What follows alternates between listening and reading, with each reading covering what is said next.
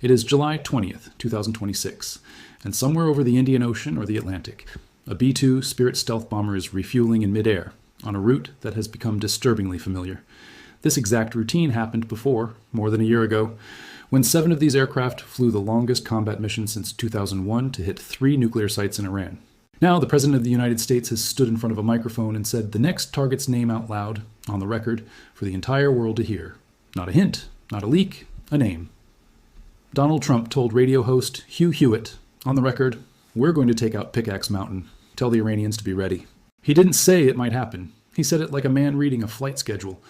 And that is the part almost nobody sat with long enough to feel the weight of.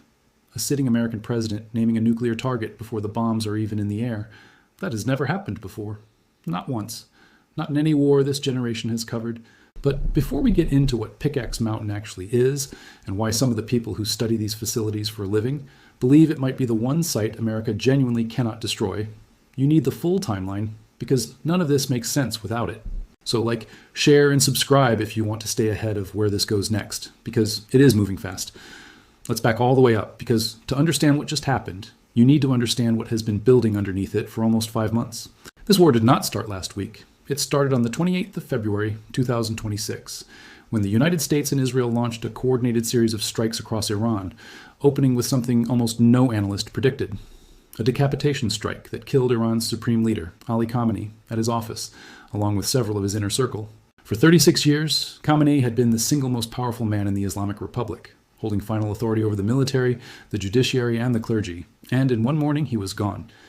Iranian state media spent 2 days insisting he remained, in their words, steadfast and firm in commanding the field. Then, on the 1st of March, the government confirmed what satellite imagery and Israeli officials had already been signaling. He was dead. Read that again. Because it matters more than almost anything else in this entire story. A 47-year-old regime built its entire legitimacy on the idea that its supreme leader was untouchable, a figure above the reach of any enemy. And in a single strike package, that myth ended. 8 days later, the Assembly of Experts, the clerical body responsible under Iranian law for choosing a new supreme leader, named Khamenei's son, Mojtaba Khamenei, as his successor. He is 56 years old, widely described as more hardline than his father, with deep and long-standing ties to the Islamic Revolutionary Guard Corps. He was reportedly injured in the same strike that killed his father, and for days after his appointment, he was not seen in public, fueling open questions inside and outside Iran about his health and even his whereabouts. When his first message finally came, it wasn't delivered in person. It was distributed in writing, calling for continued military resistance and insisting the Strait of Hormuz remain, in his words, a tool of pressure. A new supreme leader of Iran, unseen, unheard, communicating through a statement read by someone else.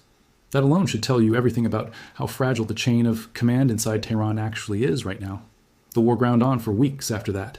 A ceasefire, brokered with Pakistani mediation, took hold on the 8th of April. It held in the loosest sense of that word for a while. The United States imposed a naval blockade days later.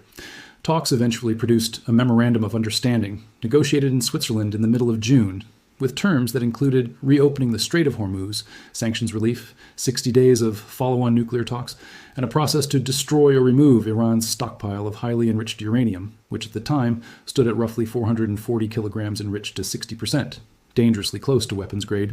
But here's where the story turns, because that memorandum is not the situation on the ground today. It has effectively collapsed. And the sequence of exactly how it collapsed is the part almost nobody outside specialist reporting has connected properly.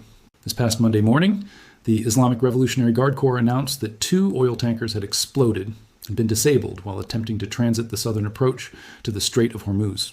Iranian state media, which has a well-documented history of shaping operational claims for propaganda value, framed the vessels as, in their words, deviant tankers instigated by the American military, and closed with a direct threat that the passage would not be safe for a single drop of oil or gas moving through it. The IRGC told the American military to prepare for what it called punitive operations. The United Kingdom's Maritime Trade Operations Center, a far more neutral and verifiable source, confirmed independently that a vessel was on fire, roughly 8 nautical miles northwest of Kasab, Oman. That detail has been verified. The broader propaganda framing around it has not. In direct response, United States Central Command ran a night of strikes across Iran, hitting ballistic missile storage sites, military command centers, air defense and coastal surveillance positions, maritime capability sites, and drone and missile launch infrastructure. CENTCOM's own public statement was short and blunt. Forces remain highly vigilant, focused, lethal, and ready. That was the 9th consecutive night of precision strikes across the country. 9 nights. Not one. Not a single retaliatory pass. 9. And that brings us to the moment that actually started this entire chapter, 7 days before those tanker strikes, when Trump sat down with Hugh Hewitt and said the words that changed the shape of this war. On July 13th, he told Hewitt, "We're going to take out Pickaxe Mountain. Tell the Iranians to be ready." And then added, "We're watching Pickaxe Mountain very closely. We don't see any activity there. They're not doing very well with their nuclear situation. Every time we hear about it, we blow it up, so they don't like to talk about it."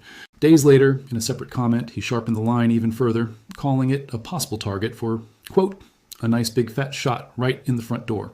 Now let's actually dissect what Pickaxe Mountain is, point by point, because the raw facts here matter more than the rhetoric around them. The site is located roughly 220 kilometers, or about 140 miles south of Tehran, and sits less than 2 kilometers, about 1.2 miles, from the Natanz nuclear complex, which was already struck once during last year's strikes, and again during this year's opening assault on February 28th. Iran refers to the Pickaxe Mountain site, known in Farsi as Kuh-e-Kolang, as a centrifuge assembly facility, and says construction began around 2020. Independent analysts, including researchers at the Institute for Science and International Security, are less convinced, assessing that the facility could function as an undeclared enrichment site, effectively a strategic hedge against exactly the kind of strikes Iran has already absorbed. What almost nobody outside specialist defense reporting has clarified is that Pickaxe Mountain is not one tunnel network, it is 2. One network dates back to around 2007. The other, the one drawing all the recent attention, began construction around 2020 and continued straight through the April ceasefire, in direct violation of Iran's own signed commitments under that agreement. Both networks sit inside a single large security perimeter, immediately southwest of Natanz. Here is why depth is the entire story. Independent assessments place the facility as deep as 600 meters, or roughly 2,000 feet, beneath solid granite. For comparison, Fordow, one of the 3 sites hit during Operation Midnight Hammer in June of last year, was buried at a fraction of that depth. And even that required 14 30,000-pound bunker-buster bombs dropped by 7 B-2 Spirit bombers on the longest combat sortie flown by that aircraft since 2001, a mission lasting 30 hours with multiple aerial refuelings across 2 oceans. Multiple defense analysts, including reporting from the war zone, have said plainly that America's most powerful conventional bunker busters may not be able to fully penetrate to the depth Pickaxe Mountain is believed to reach. That is not a small caveat. That is the entire ballgame. But not the most alarming part of this story. This is the Institute for Science and International Security published fresh satellite analysis showing continued excavation activity, tunnel entrances still open, vehicle movement consistent with ongoing hardening work, all visible in imagery from just weeks ago.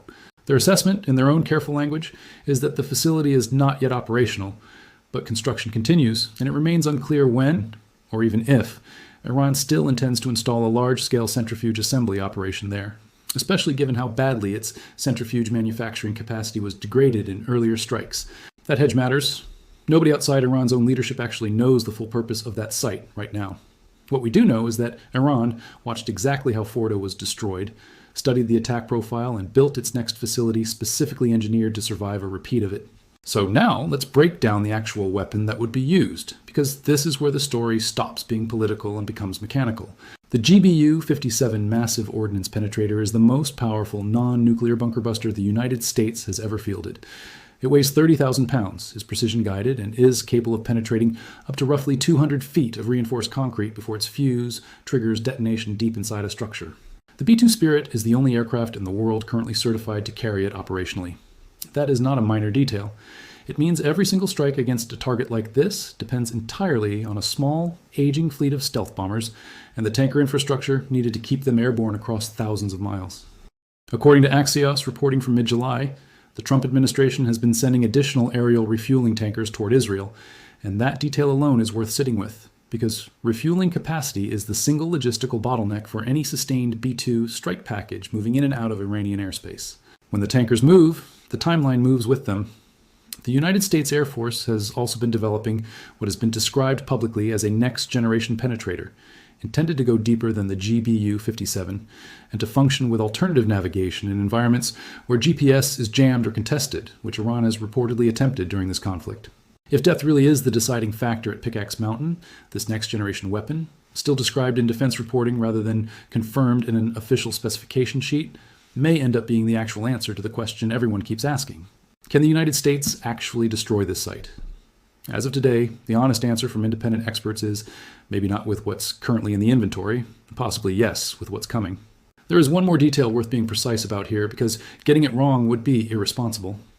The United States does hold Earth-penetrating nuclear gravity bombs in its stockpile, originally designed for exactly this kind of deeply buried target. But every credible defense analyst covering this story has been clear that there is essentially no realistic scenario in which those weapons would be used here. That would represent an almost unthinkable escalation with global consequences, and there is no indication whatsoever that anyone in the American government is considering it. It's worth stating plainly so the record is clean. This remains a conventional weapons conversation, not a nuclear one. Now let's talk numbers, because the operational picture is where this war actually gets measured. Iran reportedly began this conflict with an arsenal in the range of 5,000 ballistic missiles and roughly 50,000 drones. Multiple open-source estimates now place those numbers significantly lower after months of sustained strikes on launch sites, storage depots, and production infrastructure, though the precise current figures have not been independently confirmed and should be treated as informed estimates rather than verified totals. What is confirmed is the scale of the American naval response in the Strait. The blockade imposed in April has reportedly cost Iran in the range of $500 million a day in lost oil revenue, a number that, sustained over months, represents an amount of economic pressure most governments simply cannot absorb indefinitely. And this is where you start to see three separate pressure tracks converging on Tehran at exactly the same moment, and why that convergence matters more than any single one of them alone. The first track is financial. Every day the Strait stays contested, Iran bleeds revenue it cannot replace, at a moment when its government desperately needs money to project strength domestically and rebuild what strikes have destroyed. The second track is military. 9 consecutive nights of precision strikes is not a message. It is attrition, systematically grinding down the launch systems, storage sites, and command infrastructure Iran would need for any large-scale retaliation. And the third track is psychological. A leadership structure headed by a supreme leader who has barely been seen in public since his own father was assassinated, feeding hardline rhetoric to a population that has now lived through 5 straight months of war, air raid warnings, and economic strangulation. Financial pressure alone is survivable. Military pressure alone is survivable. But all three, hitting simultaneously, compound each other in ways that no single track could produce by itself. That is not speculation. That is how regimes historically start to fracture from the inside. Which brings us to who is actually making decisions inside Tehran right now, because the nominal chain of command and the real one may not be the same thing. Mojtaba Khamenei holds the title. He was named by the Assembly of Experts, and the IRGC and armed forces publicly pledged their backing within days. But he lacks the clerical credentials his father spent decades building to justify ruling a government that claims religious legitimacy from God. His actual power base has always run through the Revolutionary Guard, the same institution now absorbing the brunt of nightly American strikes and running the retaliatory campaign in the Strait. If his health concerns are real, and reporting on his prolonged absence from public view suggests they might be, the practical decision-making in Tehran right now may be running less through a single supreme leader and more through a council of IRGC commanders operating in his name. That is the honest, uncomfortable structural risk sitting underneath this entire war. Command fragmentation. Not a single rational actor calculating cost and benefit, but a collection of military commanders, some of whom may be more willing to escalate than a stable civilian government would ever be, operating with a wounded, unseen figurehead nominally above them. Now, stepping back from Iran for a moment, because 2 other stories broke wide open in just the last 24 hours, and you need to see how the picture connects globally,